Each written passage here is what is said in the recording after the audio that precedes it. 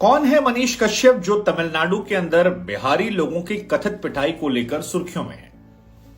कथित इसलिए कह रहे हैं क्योंकि बिहार सरकार ने टीम भेजी लेकिन अब तक स्वीकारा नहीं है। तमिलनाडु सरकार और वहां की पुलिस पहले ही कह चुकी है कि भाई ये सब फर्जीवाड़ा है। लेकिन मनीष कश्यप कौन है जो अपने आप को बिहार का बेटा कहता है, जिसने तेजस्वी यादव को यह कहा कि 2025 में तुम्हें हम सत्ता में नहीं आने देंगे? कौन है मनीष कश्यप जिसकी एक तस्वीर वायरल हो रही जिसमें जॉर्ज फर्नांडिस की तरह हाथों में हथकड़ियों को लगाए सोशल मीडिया पर वायरल हुआ है, जिस पर बिहार पुलिस ने फर्जी वीडियो फैलाने के आरोप में 9 से अधिक धाराओं में केस दर्ज किया पहली बार, और अब दोबारा से धारा में केस दर्ज करने की बात कही है। कौन है मनीष कश्यप जिसका ट्विटर ने अकाउंट ब्लॉक कर दिया और उसके बाद एक नए अकाउंट से एक नई तस्वीर को लेकर हंगामा बरपा है, जिसमें बिहार पुलिस कह रही कि मनीष कश्यप अकाउंट है, फैन कह रहे हैं कि ये फर्जी अकाउंट है और एक नई धारा में केस दर्ज कर लिया गया। कौन है ये लड़का जिसकी चर्चा इतनी ज्यादा हो रही है, और क्यों बिहार की पुलिस इस व्यक्ति को लेकर बैक टू बैक जवाब दे रही है? क्यों सोशल मीडिया पर इसको पसंद करने वाले या फिर बिल्कुल ही नापसंद करने वालों की लंबी लंबी कतारें हो गई हैं? क्यों ट्विटर पर मनीष कश्यप का नाम जो है वो ट्रेंड कर रहा है, और क्यों लोग मैसेज कर रहे हैं कि इसके ऊपर कोई वीडियो बनाइए? हम जानना चाहते हैं मामला क्या है। तो मनीष कश्यप के विवाद की तह तक जाकर ये पूरा मामला आपको समझाएं, उससे पहले इस व्यक्ति के बारे में आपको जानकारी दे देते हैं। 9 मार्च साल 1991 को बिहार के चंपारण में जन्मे मनीष कश्यप, जिनका नाम त्रिपुरारी कुमार तिवारी भी है, त्रिपुरारी कुमार तिवारी जो है उनके डॉक्यूमेंट्स से हमें जानकारी मिली है कि उनका ये भी नाम है और कागजों में वो इसी नाम का इस्तेमाल करते हैं। सोशल मीडिया पर जो उनका नाम है वो मनीष कश्यप वो इस्तेमाल करते हैं या केवल मनीष के नाम का इस्तेमाल करते हैं। बिहार में 9 मार्च 1991 को चंपारण में इनका जन्म हुआ। पढ़ाई इन्होंने पुणे में सावित्री बाई फुले कॉलेज से इन्होंने बी की डिग्री शायद सिविल इंजीनियरिंग में ली है, और उसके बाद फील्ड चेंज की। फील्ड चेंज करने के बाद पत्रकारिता में आ गए। सच तक नाम से एक यूट्यूब चैनल है जिसको ये चलाते हैं, वहां पर अच्छे खासे फॉलोअर्स जो हैं वो भी इनके हैं। लेकिन ये चर्चा में रहते हैं अपने बयानों को लेकर, अपने ट्वीट्स को लेकर और अपनी पॉलिटिकल विचारधारा को लेकर, जिसमें ये हिंदुत्ववादी होने की बात करते हैं। अब अगर इनकी कहानी को आपको समझना है तो ये इससे पहले चर्चा में आए थे जब पुलवामा में हमला हुआ था, तो बिहार में कश्मीरी कुछ लोग काम करने वाले थे, उनकी इन्होंने पिटाई की थी और उस दौरान इन पर एक मुकदमा दर्ज हुआ था। तब ये पहली बार चर्चा में आए थे, जहां साथियों के साथ इनकी शायद गिरफ्तारी भी हुई थी। बाद में इन्हें इस मामले में जमानत मिल गई थी। नागेश कुमार, गौरव और चंदन सिंह, ये 3 साथी मनीष के थे जो कुल 20 साथियों को लेकर कश्मीरी जो लोग काम कर रहे थे उन पर हमला करने गए थे। और कहा जाता है कि पुलवामा में हमला जो हुआ था उससे ये लोग इतने आक्रोशित व्यथित हो गए थे कि उन कश्मीरियों को वापस कश्मीर जाने के लिए कहा था। बाद में इन्हें सीजीएम कोर्ट से जमानत मिल गई थी। ये पहला मामला था जब ये हाईलाइट हुए थे। चंपारण में जानकी कुंवर अस्पताल है जहां पर किंग एडवर्ड 7 की मूर्ति लगी हुई है, और मनीष दूसरी बार सुर्खियों में तब रहे जब उस मूर्ति को, जो किंग एडवर्ड 7 की मूर्ति है, उससे इन्होंने तोड़ने की अपील की।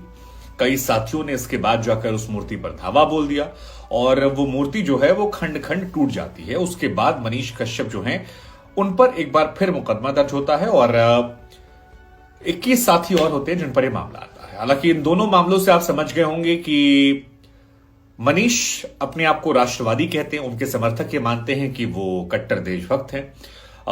भारत को अक्सर वो हिंदू राष्ट्र की बात करते हैं। पाकिस्तान हो या फिर मुस्लिम्स हो, उनको लेकर उनका एक तल्ख स्टैंड है और इस वजह से वो सुर्खियों में कई बार रहते हैं। उनके कई सारे ऐसे ट्वीट्स हैं जो सोशल मीडिया पर इस तरह से वायरल होते गए, मनीष सुर्खियों में आते गए। तो ये इनके बैकग्राउंड की बात है। अब बात करते हैं इस मामले को लेकर जो अभी करंट ट्रेंड में है, जिस पर 2 एफआईआर इन पर दर्ज की गई। अब मनीष पर जो पहली एफआईआर दर्ज हुई वो तमिलनाडु में जो बिहारियों को लेकर कथित तौर पर पिटाई की बात की जा रही है, उसमें एक फर्जी वीडियो बनाकर प्रचार प्रसार और भ्रामकता फैलाने को लेकर है। यह आरोप लगे इन पर।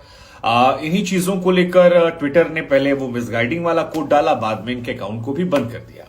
हालांकि मनीष के समर्थक ये कहते हैं कि ऐसी ही खबरें कई सारे अखबार, दैनिक भास्कर, हिंदुस्तान और कई और लोगों ने प्रामाणिकता के साथ डाली थी, जिसके बाद उन पर कोई कार्रवाई नहीं हुई, लेकिन क्योंकि मनीष राष्ट्रवादी एजेंडा लेते हैं लिहाजा उन पर कार्रवाई हो गई। उनके विरोधी ये कहते हैं कि वो वीडियो जानबूझकर भ्रामकता के तौर पर फैलाया गया था, वो एक काल्पनिक वीडियो था जिसे बनाया गया था ताकि दुष्प्रचार किया सके, और मनीष के ट्वीट का हवाला देकर उन पर यह बात की जाती, जिसके बाद उन पर 9 गंभीर धाराओं में एफआईआर दर्ज कर ली गई थी।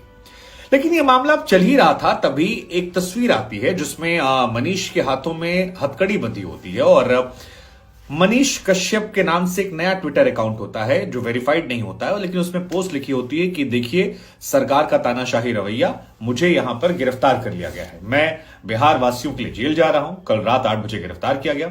बिहार की जनता देखे कैसे अन्याय के खिलाफ आवाज उठाने वालों को जबरन दबाया जाता है, मैं ना रुका था ना थका था, जल्द वापस आऊंगा, जय हिंद, मनीष कश्यप 43।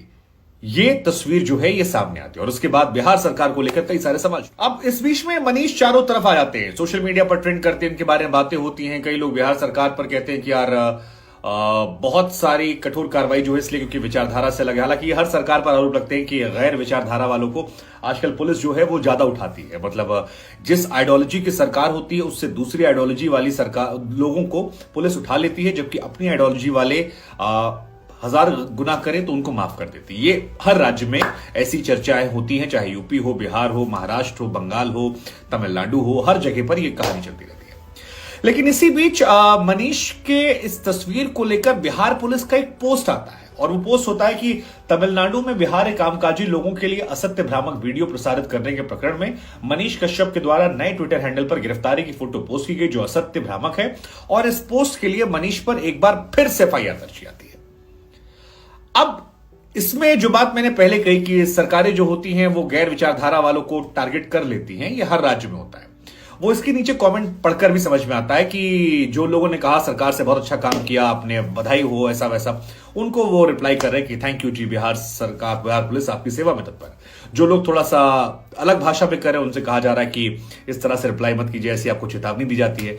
तो ये एक मॉडस ऑफ ऑपरेंडी जो है ये समझ में आती है। जैसे ही बिहार पुलिस की तरफ से ये पोस्ट किया गया, मनीष कश्यप 43 जो अकाउंट था, उस अकाउंट ने अपनी तस्वीर को हटा दिया, उस अकाउंट ने मनीष कश्यप का फैन पेज बना दिया और ये लिखा कि सर मैं तो सिर्फ फैन पेज हूं, आप क्यों निशाना बना रहे हैं, माफ कर दीजिए, आइंदा से गलती से हो गया, ऐसा आगे से नहीं किया जाएगा। उधर मनीष ने भी अपने फेसबुक पेज के जरिए ये कहा कि देखिए बिहार पुलिस जो है वो कैसे मुझे फंसाने की कोशिश कर रही है, वो खुद ही एक फैन पेज क्रिएट करती है मेरे नाम से, फिर खुद ही भ्रामक जानकारियां देती है और फिर खुद मुझे फंसाने की कोशिश करती है, ये मेरे खिलाफ गलत तरीके से काम हो रहा है। कई लोग मनीष के फेवर में भी लगातार सोशल मीडिया पर लिख रहे हैं कि सनातनियों पर कार्रवाई की जा रही है, ये जो हिंदू राष्ट्र की मांग करने वाले उन पर कठोर कार्रवाई करने की बात की जा रही है, दुर्भावना से काम किया जा रहा है।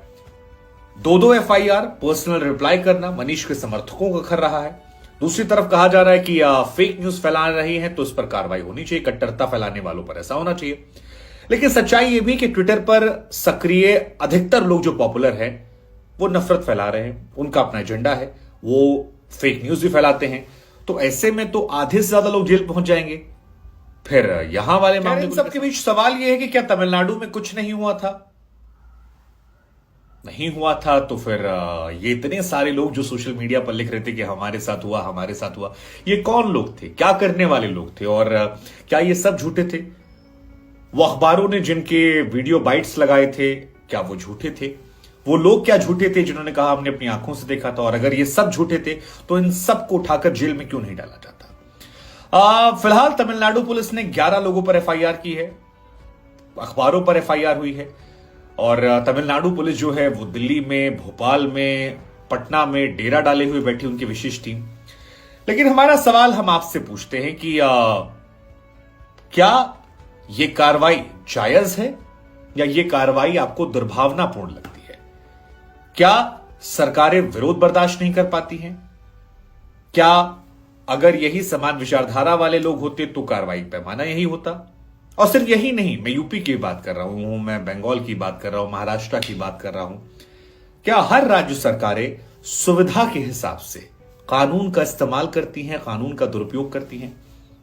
क्या तमिलनाडु में किसी की पिटाई नहीं हुई थी? क्या यह मामला यहीं खत्म हो जाएगा या इस मामले का असर बिहार में 2025 के चुनावों में देखने को मिलेगा? जो भी है, हमारी कोशिश थी इस खबर के बारे में जानकारी आप तक पहुंचाते हैं।